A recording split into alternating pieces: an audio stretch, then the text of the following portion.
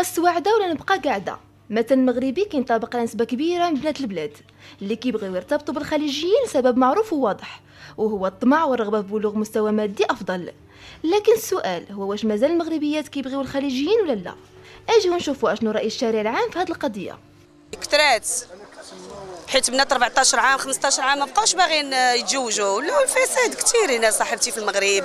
لو بغينا بنات 14 عام باقا كاع ما سميتو ما نعاودش لك شنو دايرات، حيت كيدا فلوس. شنو فلوس كيعطيوهم؟ يبيعوا لحمهم ويبيعوا شرفهم ويبيعوا بزاف 1000 درهم 1500 درهم. كتشوف كتقول لك انا باغا على نلبس وحاجه مبليه بالكار والشراب سميتو، وباغا عاد تخرج تشطح ودردك وصافي. والديهم كيقبلوا لهم على هذا الشيء. ما كتقولش لها ملي كتكون بايته في شي قنت، ما كيقولوش لها من اين لك هذا، ما خدامه ما ردامه ما والو، منين غتجيب فلوس؟ والله المغربيات ما عمرهم ما بغاو الخليجيين، غير خليجيين، ولكن كانت هاد الظاهره، ولكن دابا بدات كتقل. مابقاوش كيتزوجوا بالخليجيين بحال كي كانوا قبل. المغربيات مابقاوش كيبغيو الخليجيين.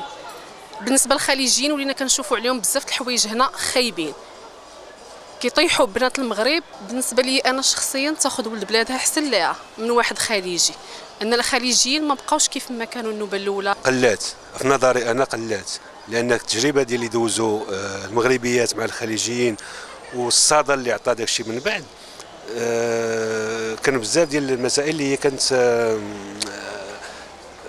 نيجاتيف سلبيه. حاليا الظاهره قلات ما بقاتش. علاش؟ حيت البنات الحمد لله ولاو البنات عندنا قاريين، وصلوا نيفو، فهمتي؟ كديري قلات بزاف. اراء الناس اختلفت، كاين اللي شاف الظاهره قلات وكاين اللي شافها كثرات، لكن اللي ما اختلفوش عليه الناس هو ان الدافع الاساسي في هذه الظاهره مرتبط بقيمه الدرهم والسنتيم. سي سامبل باينه، كتمشي عند الخليجي علاش؟ على قبل الفلوس، فهمتي؟ اما كون كنا هنا، انا نقول لك واحد الحاجه، مثلا كون كنا بلاتي، مثلا كون كنا حنا كاع البنات هنا خدامين، فهمتيني؟ كنا خدامين، ما غتلتاجئيش للسعودي، غتكوني خدامه، غتلاقي مع ولد الناس، انت غديري مع وليداتك، عندك واحد الصالير زوين، فهمتيني؟ كديري وليداتك صافي كتبقاي ترونكيل. كيبان لهم بلي الخليجي هو فرصه لا تعوض. لا دابا بالاكثر، دابا اللي ولاو بزاف، لان كثروا الدريات بزاف مع الزياده ديال البشر كثروا، وتيبغيو من الاغلبيه على قبل المال. بغات حتى هي السياره، بغات حتى هي دار بوحدها، بزاف د الحوايج. بغات تعيش هي تقول بغينا نعيش مزيان انايا وما خصني والو. لا، وهي لا لقات ولد البلاد مرفح وخليجي مرفح تقدر تاخذ ولد البلاد. كيفضلوا قول الفلوس، واخا ممكن شي فتيات من واحد المستوى اجتماعي ولا هذا الله يحسن العوان، ملي كيشوفوا شي حاجه بحال هكا كيقدروا يميلوا للجانب المادي اللي هو في كما قلتي ديال الخليجيين ولا حاجه اخرى. كاينين ظروف، مثلا نقول لك الظروف، مثلا كتلقاي شي بنت قاريه عندها الدبلومات مزيان، هذا كتمشي كتحطي السيفي ديالك في دي بوست في نيمبورط اي بلاصه كتمشي لها كتحطي فيها السيفي ديالك، ملي كتحطي داك السيفي ما كيتقبلش، فهمتي؟ عاوتاني كتمشي لبلاصه اخرى كتحطي فيها السيفي ديالك، عاوتاني داك السيفي ديالك ما كيتقبلش. اش كديري؟ كتعيشي انت في واحد الوسط اللي هو خايب، فهمتيني؟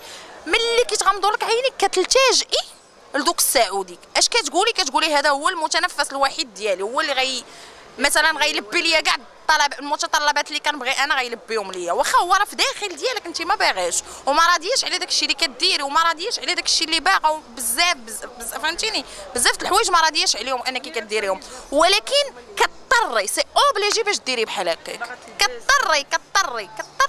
كضطري. الا جينا نشوفوا فحب المغربيات في الزواج بالخليجيين ماشي عيب، طالما هذا الزواج مبني على التفاهم والاحترام.